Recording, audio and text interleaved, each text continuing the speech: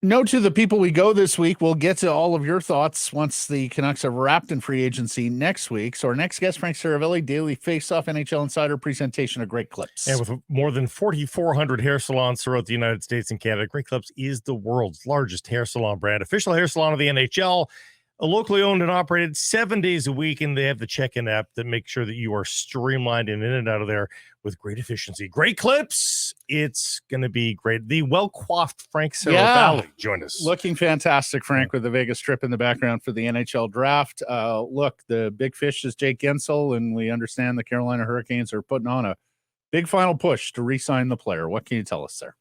Yeah, I mean, they'd love to try and find a way to keep him. They have the hammer in the sense that they have the 8th year that they can offer that no one else can. Is that enough? They're smart. They understand the dynamics at play. They know that because of that 8th year, they can offer less money on the AAV. And it really is ultimately in the next 72 hours, there's not really going to be a giant difference in money. I don't think someone is stepping up that's going to be paying Jake Guentzel more than $10 million a year on a 7-year deal. And because that's the case, it's really going to have to be about fit. And where does Jake Guentzel want to play? That's what it's going to come down to more than anything else. Because when we're talking about 66 million or 64 million or 68 million, the only difference in that is how big of a boat you can buy. And I don't know that that's what's driving Jake Guentzel in making this decision of where he's going to spend the next 7 to 8 years of his life. Carolina isn't big on rentals, or Frank. Usually their trade deadline activity is for players that, they have control of for more than just a few months. So you don't see that sort of organizational philosophy pushing them a little further here down towards the end to make sure they retain the player and make good on all the assets they gave up to Pittsburgh to get. No, they didn't really give up that much. Fair. They gave up a 2nd-round pick and their 7th, 8th, and 9th best prospects in the system. What they got from him in a team that had authentic Stanley Cup hopes was north of a point per game and really good contributions in the playoffs. Can't ask for anything more than that. And so they are very disciplined in every single thing that they do. They are not going to stretch beyond what they believe is an appropriate price for Jake Guentzel just to do it, just to make sure you keep him. They cut ties and move along. That's what they do. You said no, you don't expect anybody to pay more than $10 million, but do you think somebody gets to that number like that? You're totally right about the equivalent of $2 million over 8 years. But it's just so nice to see that double digit, right? Does a free agent like Guentzel get attracted when you see that happen? I don't think so. It's all about what's the total amount of money that's ending up in your pocket at the end of the day. It's not really about what looks nice on capfriendly.com. And I think when it comes to Guentzel, all the offers are going to be generally very similar to each other. I believe the Canucks are willing to stretch to 7 times 9.5. What it looks like beyond that, I can't tell you in terms of how many other teams are in that range and is someone willing to stretch. For plan B for the Canucks, is there any chance that you think Sam Reinhart's available on July 1st? Does he talk to the Vancouver Canucks, do you think, on July 1st? Did you ask about Reinhart? Yes. I don't think he's making it to market. No. Okay. Do you know who else would be plan B then if they don't get Guentzel? Because the prevailing wisdom here, Frank, and love your thoughts on this, they've re-signed Bluger, Joshua, Myers, because they know they're not getting Jake Guentzel, or at least they're hedging against not getting Jake Guentzel. I don't think that's accurate. I think if you do the math, they're going to have to squeeze in some areas. But I think it's possible that they can make all of these puzzle pieces fit together and still afford Jake Guentzel. Sure. If it's not Guentzel, is it one of those next tier of wingers? Most likely. I think there's no secret here. They're looking for someone that can play alongside Elias Pettersson.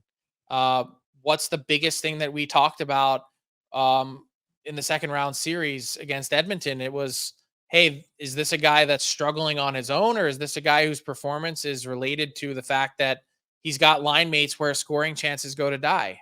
And that part, if you can at least solve for that part of the equation, it makes it easier to solve for the problem that, at least during the playoffs, was Elias Pettersson.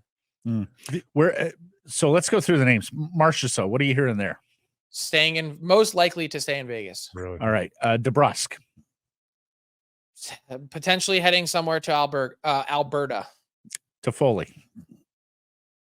I have no sense on Toffoli. Teravainen. Don't know. Arvidsson. I think the Oilers are going to take a run at Arvidsson. Really? Interesting. Okay. And what about the defenseman? The other option for the Canucks is they just shift gears as much as, and they'll have to get a winger, but they could go more down market on the winger and have maybe the best defense in hockey if they wanted to concentrate on that.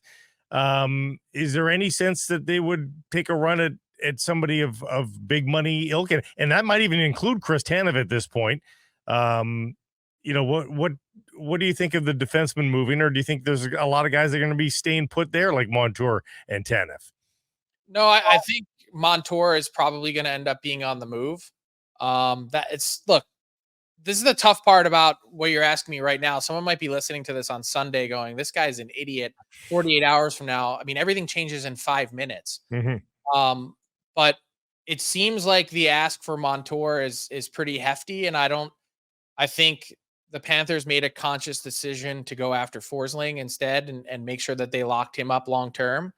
Tanev, I think a lot of people view the market as either staying in Dallas or looking to Toronto. I don't think that's a done deal by any stretch of the imagination. I know Dallas is still grinding and they gained some additional cap flexibility from the Suter buyout that might make it a tad easier to keep Tanev. I don't necessarily see the Canucks pivoting and trying to bulk up the blue line in the way that you're hypothesizing. I think you could make the argument for it, of course. And a big part of what the Canucks accomplished in the playoffs was on the back of their defense core. I just see them searching for that help, and if they can get it inside their top 6, and if not, how can you find a way to fill it out with multiple pieces using that cap space? Do you expect trades to happen here in the next 48 hours? Oh yeah, I mean, for sure. I'd be shocked if you don't have something in the top 6 picks tonight that ends up being moved. What about human beings, though? Do you think players will actually be traded? These guys actually become human beings. They do, but they aren't in the moments. Yeah. So yes, I do. I mean, look, Marty Necas, number 2 on my trade targets board today. I think the Canes were really close on something that didn't end up happening. That they're in a spot where they're looking out there to see what's going on. I don't think Marner materializes, today or this weekend. Never say never. But there's still what's going on with the Rangers and Jacob Trouba. What's going on with Rutger McGroarty in Winnipeg, top prospect. Like, there's a lot that's happening sort of, just outside of the free agent part of this.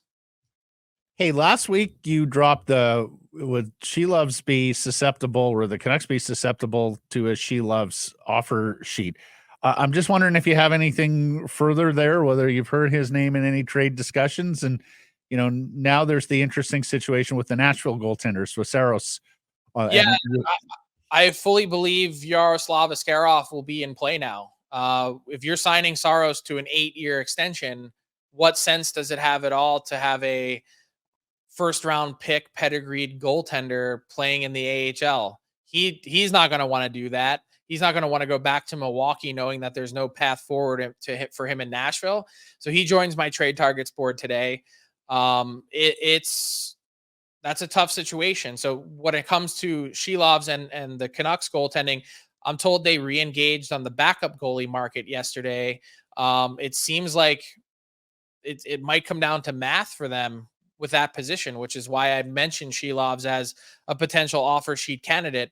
I think a lot of people just assumed once the season ended and how well Shelovs played in the playoffs that it would just be Shelovs and Demko moving forward. And I don't know that that's necessarily set in stone. Yeah. So if you're at all worried on an offer sheet, do you proactively trade? Potentially. Yeah. Yes.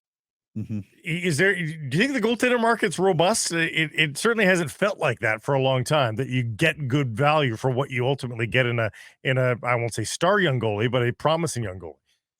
It's not robust also in the sense that there's not really that many teams left that are looking, right? Right. It's not like someone's going to look at Shelovs and say, oh, this guy's going to come in and be our 1B next season.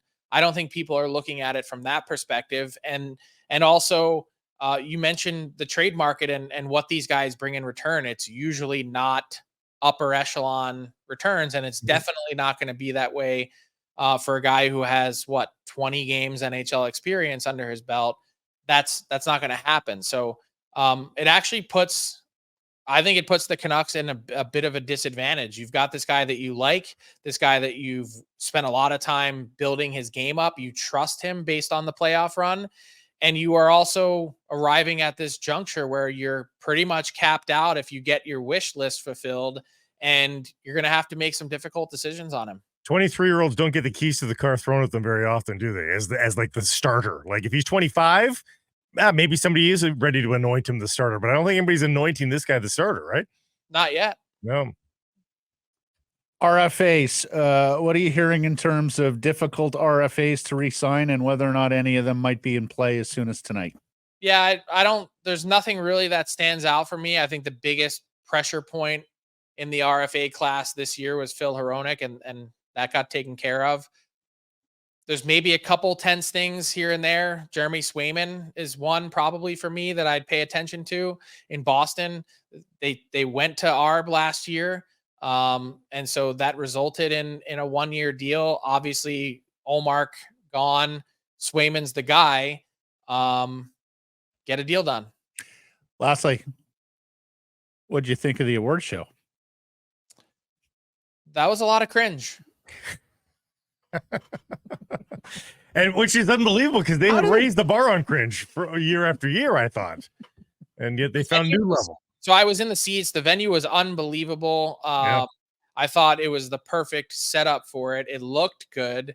It just it's really hard to get these guys to play ball. Like I don't envy anyone that is handed the microphone and is like, make these guys laugh and feel comfortable. Like it's not easy. Why are they so reticent to open up and be like? A lot of these guys are fun behind closed doors, and the minute they've got the mic and the lights are on, they're not fun. Why do you think they're so reticent? No tall poppies. We don't have enough time for that today. Yeah, no, exactly. There's exactly. I just want to know why they go back to Kucherov. He didn't play ball at the All-Star game. What were the chances he was going to play ball at the award show when he pretty much knows he's not going to win? Well, by the way, I voted for Kucherov. I know you did. A bunch of people did for Hart. You've told us that. Making fun of someone's country it's not the path to engage him and make him feel better. So I don't know what the game plan was there. Yeah. And then you've got to answer the question in a nutshell, I would say it's these guys don't want to be different. They want to try and blend in because that's what the team asks of them. And then you see Austin Matthews with his Hillary Clinton vibes and whatever he was wearing. Yeah, I don't know. A lot of competition for Quinn Hughes. Does he win another Norris? At some point in his career, yes. But I'd be shocked if Cale Makar doesn't have a few more before that. Yeah, fair enough. Hey, big weekend ahead. Enjoy Vegas, Frank. Thanks for this. See you guys. Hey, everybody. If you're enjoying what you're seeing here, then follow along with Sekeres and Price on YouTube. I promise more content coming. The kids call it subscribe on YouTube. Well, how about liking it? Do that as well. Smash it right now.